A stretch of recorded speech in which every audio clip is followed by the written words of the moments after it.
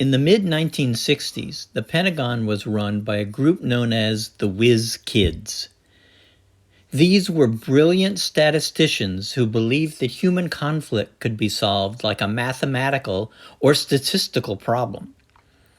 This is similar to how current NFL teams use analytics to gain a competitive advantage.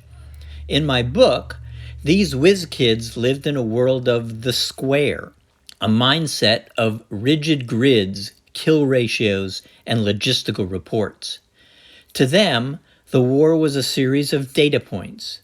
They believed that if you simply applied enough industrial pressure, the enemy would eventually reach a breaking point.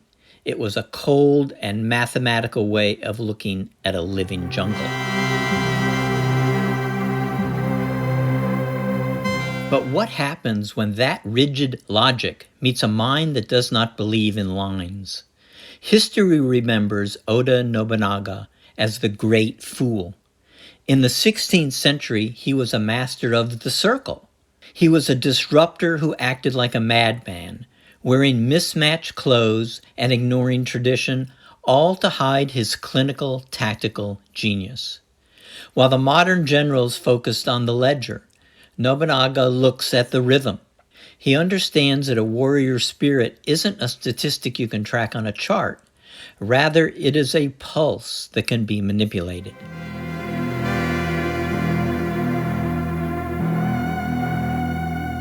In the Obsidian Sting, this 16th century ghost, now called Kanto, is dropped into the center of a 20th century machine war.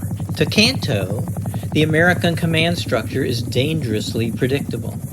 He sees the ma, the Japanese concept of silence between notes in a song.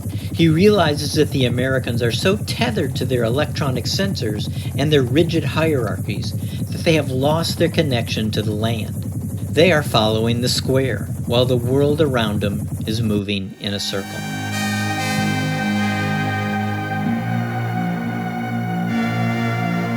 Thriller readers know that the most dangerous enemy is the one you can't see on your instruments. Kanto doesn't try to defeat the American army with brute force. He uses the sting. This is a high-stakes psychological takeover. He looks for the flaws in their timing and the gaps in their logic. By introducing a mystery that their machines cannot solve, he forces the most powerful military on Earth to stop and question their own reality. He turns their reliance on technology into a disadvantage.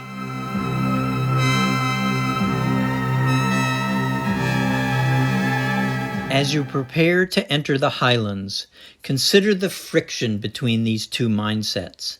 On one side is a modern army that believes it can manage a war with math. On the other hand, there is a man from a forgotten age who understands the power of the unknown. The great fool is back, and he is about to prove that when the radios go silent and the computers fail, the only law that remains is the rhythm of the earth.